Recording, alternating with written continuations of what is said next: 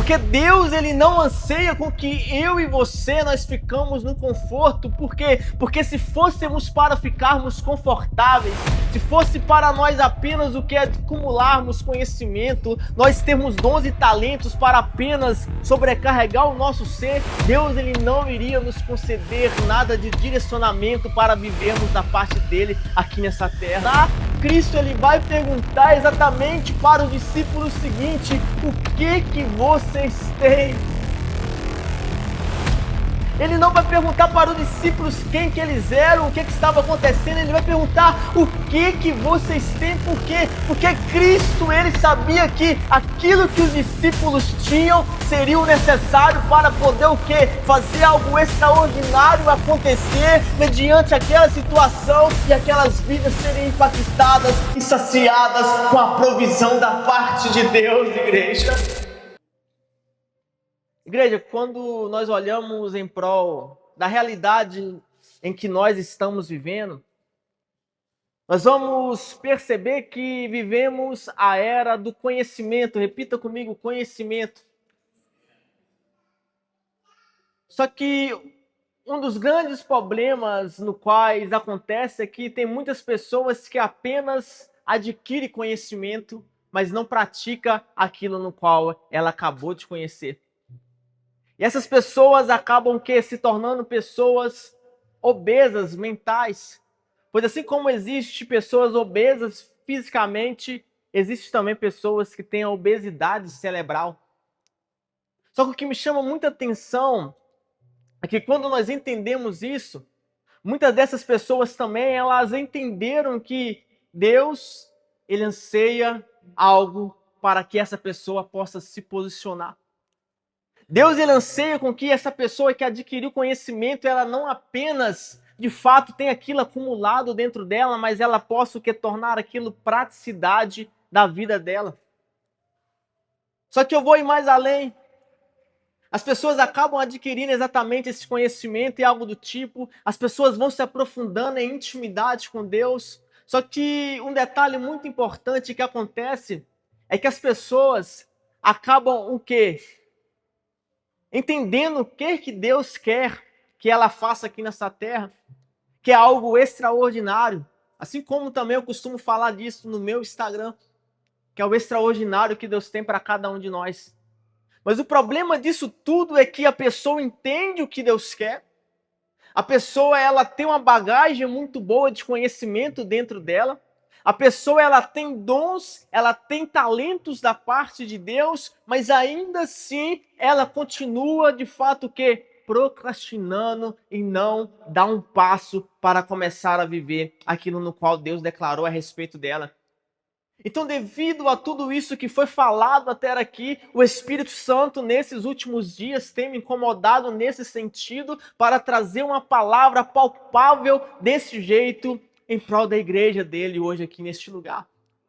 Porque Deus, ele não anseia com que eu e você nós ficamos no conforto. Por quê? Porque se fôssemos para ficarmos confortáveis, se fosse para nós apenas o que é acumularmos conhecimento, nós termos dons e talentos para apenas sobrecarregar o nosso ser, Deus, ele não iria nos conceder nada de direcionamento para vivermos da parte dele aqui nessa terra.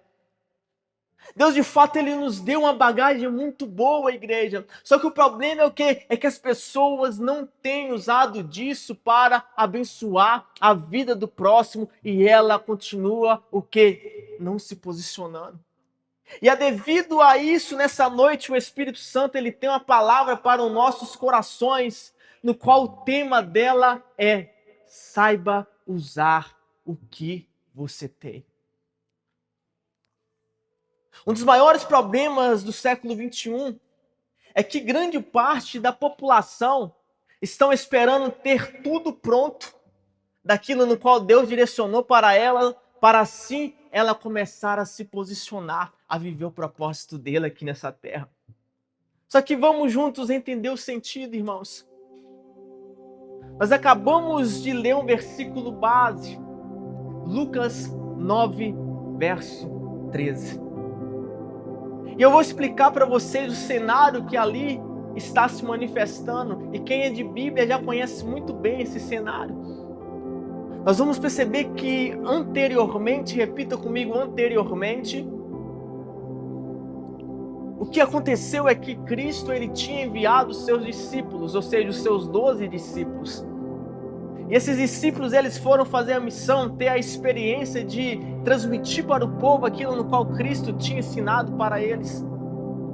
Só que passa-se o tempo, eles cumprem aquela missão, esses discípulos voltam para onde Jesus Cristo estava, que era Betsaida.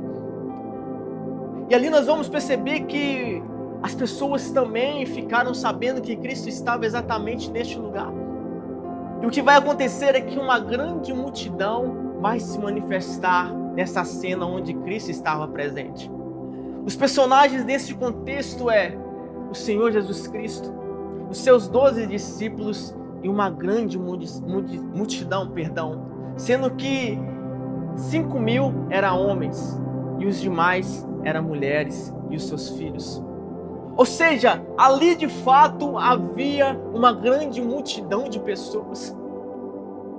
E esse contexto é tão lindo que o tempo vai passando, Cristo ele vai ter uma grande compaixão daquele povo. Então Cristo vai começar a ensinar aquele povo, Cristo vai começar a operar as maravilhas dos dons espirituais no qual ele tinha. E aquelas vidas começam a ser impactadas e envolvidas com aquilo que Deus, por meio do Senhor Jesus Cristo, estava semeando neste povo. Só que o que me chama mais a atenção desse contexto é que em determinado momento vai acontecer algo. Aquela multidão ela vai começar a ficar com fome. Repita comigo, fome. Mas por que elas vão ficar com fome? Porque de fato já havia passado muitos tempos durante o dia em que elas estavam prestando atenção no que Cristo estava falando e fazendo, que elas esqueceram que precisava de se alimentar. Mas o contexto ele vai dando continuidade, em que vai chegar o ponto em que os discípulos eles vão ir de encontro até Cristo e vai falar para Cristo: direcione com que essa multidão vá para outras cidades procurar alimento para eles comerem, pois de fato eles estão com fome. E é a partir daqui que eu peço a você que redobre sua atenção, porque é a partir daqui que realmente eu entro na ministração dessa noite. Porque aqui os discípulos chegou até Cristo, apresentou para ele o cenário que estava acontecendo.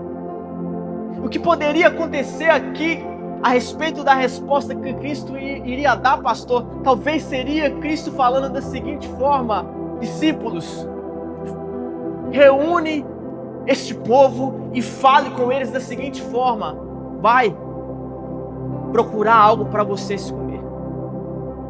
Cristo ele poderia também direcionar da seguinte forma para os discípulos fazerem: discípulos, vocês vão de fato pegar exatamente o que nós temos reservado no sentido financeiro e vocês vão vir em outra cidade para poder comprar alimento para essa multidão.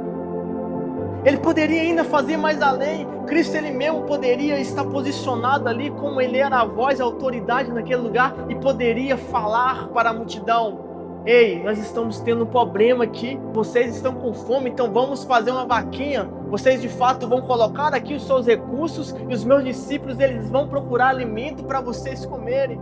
Mas não foi isso que aconteceu no contexto, igreja. Nós vamos perceber que Cristo, em vez de falar essas coisas que eu acabei de mencionar, Cristo ele vai perguntar exatamente para o discípulo o seguinte: o que vocês têm? Ele não vai perguntar para os discípulos quem que eles eram, o que estava acontecendo. Ele vai perguntar o que vocês têm. Por quê? Porque Cristo, ele sabia que aquilo que os discípulos tinham seria o necessário para poder o quê? Fazer algo extraordinário acontecer mediante aquela situação e aquelas vidas serem impactadas e saciadas com a provisão da parte de Deus, igreja. Cristo lhe pergunta: o que vocês têm?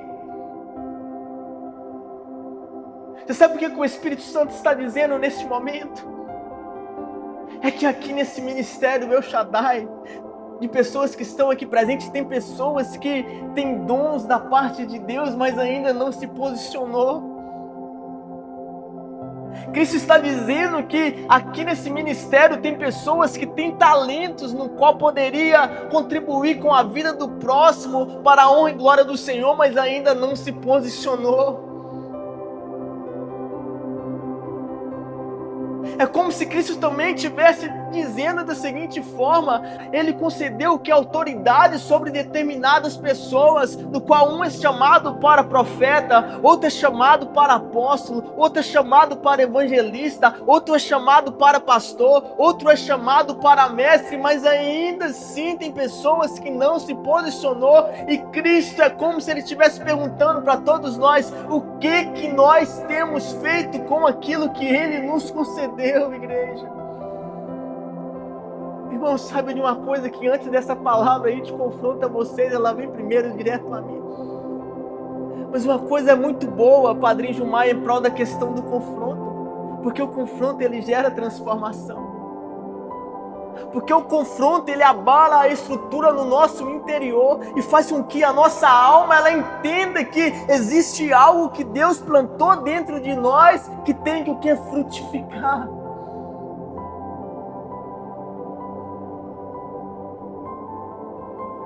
Os discípulos vão responder exatamente para Cristo da seguinte forma: temos apenas 5 pães e 2 peixinhos.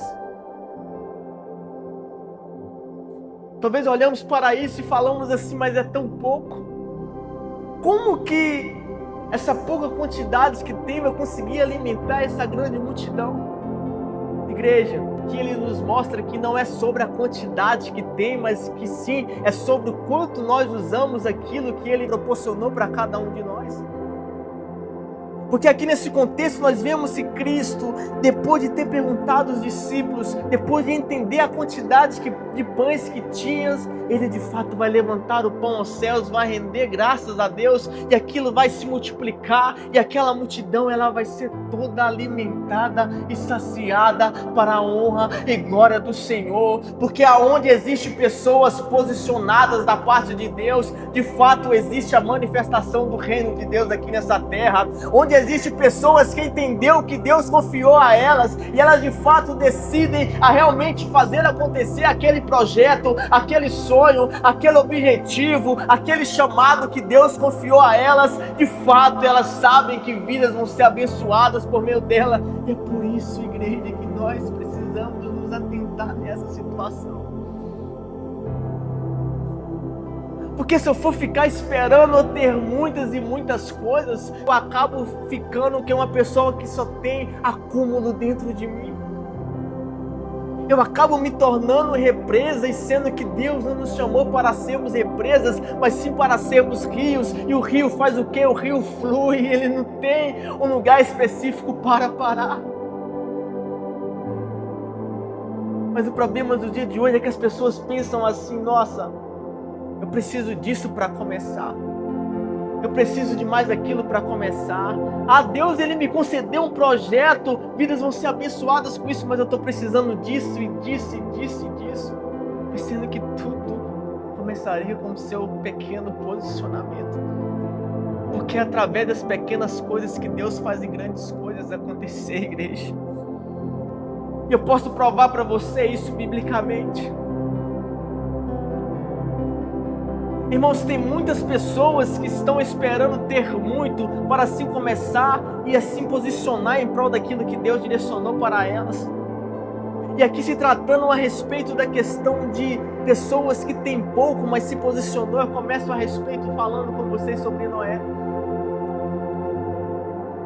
Se Noé de fato ele fosse ficar esperando com que Deus mandasse as madeiras todas cortadas, todas medidas, para ele fazer a arca, ele iria morrer no dilúvio, porque não iria ter tempo para ele preparar para aquilo que ele ficou no conforto. Se Abraão ele tivesse procurado adquirir riqueza enquanto ele estava na terra onde ele morava, para assim ele depois ir sentindo a terra no qual Deus prometeu para ele, e que por meio dele fazeria uma grande geração, o Abraão não teria se tornado pai de nações.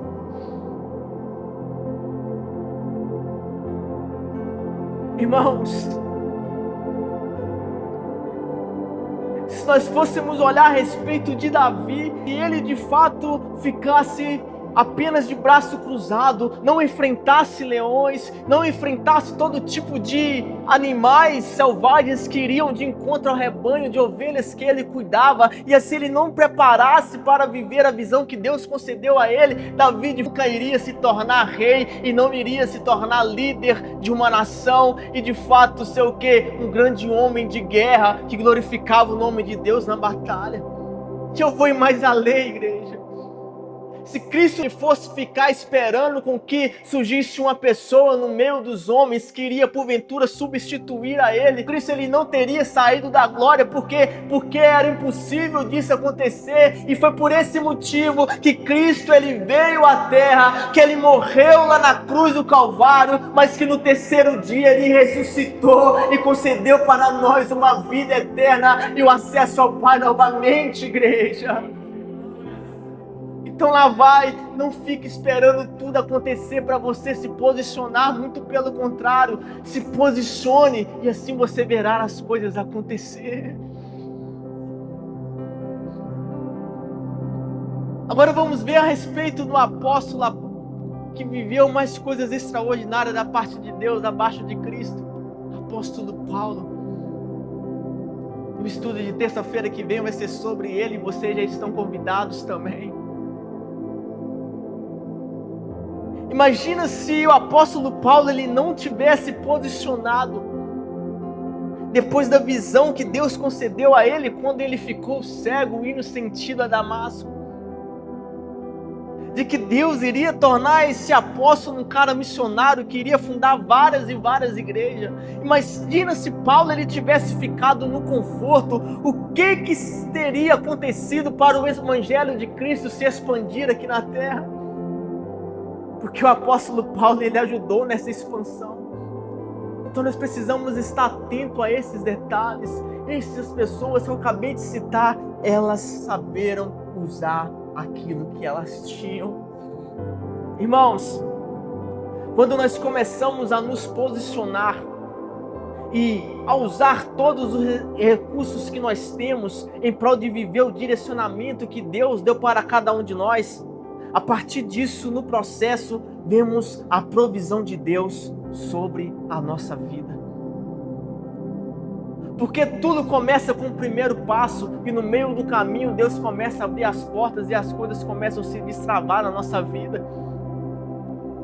E eu vou falar algo para você testemunhando, irmãos, quando eu comecei a gravar vídeo, que o qual Deus já tinha muito tempo queimado no meu coração para eu fazer aquilo acontecer, para assim poder ajudar pessoas a viver o extraordinário da parte de Deus. Se eu fosse esperar eu ter o celular que eu tenho hoje, de fato eu não teria começado, mas eu comecei com um celular simples, depois Deus me concedeu uma ferramenta, depois outra ferramenta, e assim Deus foi abrindo o caminho. Agora Deus concedeu ferramentas no qual ajudar outras pessoas também a potencializar os sonhos, os propósitos que ela tem, mas tudo precisou de que eu começar a dar o primeiro passo. O que tem travado vocês hoje, igreja? O que tem travado as suas vidas a ponto de não acontecer o posicionamento da parte de algum de vocês aqui hoje para poder abençoar outras vidas? Será que é o medo? Será que é o fato de ficar pensando o que o outro vai pensar do nosso posicionamento? Será que é exatamente a vergonha? Será que é o complexo de inferioridade? Deixa eu lhe dizer, enquanto nós formos ficar pensando dessa forma, nós nunca vamos nos posicionar. Mas quando nós entendermos que foi Deus que nos confiou algo, foi Deus que colocou um projeto, um sonho em nosso coração, foi Deus que de fato nos deu um grande direcionamento, e assim nós nos posicionarmos, aí sim nós vamos ver que o que mais importava era exatamente escutar a voz de Deus e não a voz das pessoas, o que elas pensam de cada um de nós. Aqui no contexto nós vemos a multiplicação de pães, e uma coisa é certa: Deus, Ele até multiplica os pães e peixes.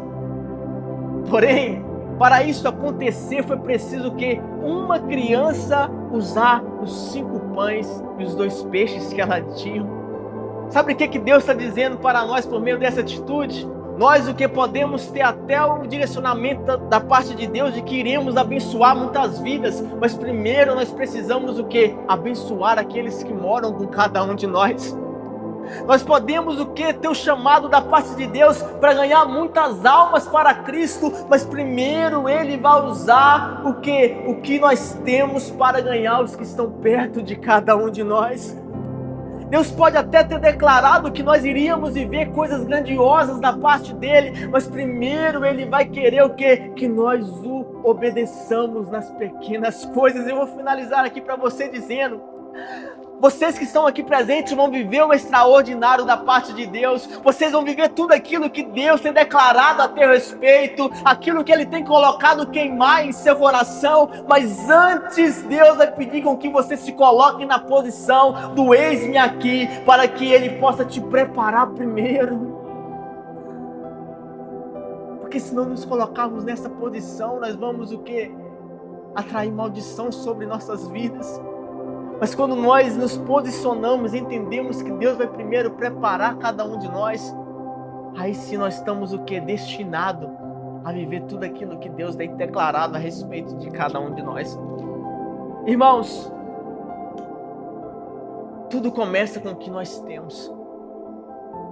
Talvez tem pessoas aqui que têm um dom de cantar, mas tem um talento de cantar, mas tem ficado calado.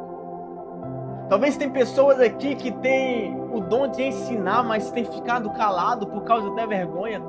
Talvez tem pessoas aqui que têm o talento de dançar, o talento de, porventura, empreender e tudo mais. Eu não sei de fato o talento e o dom que Deus tem a respeito de cada um de vocês, mas quando vocês entenderem que vocês precisam começar com o que vocês têm, aí as comportas do céu começam a se abrir sobre suas vidas. Aí o destravar de Deus começa a se manifestar. Aí o extraordinário de Deus começa a cumprir sobre nossas vidas. E a partir disso nós iremos o quê?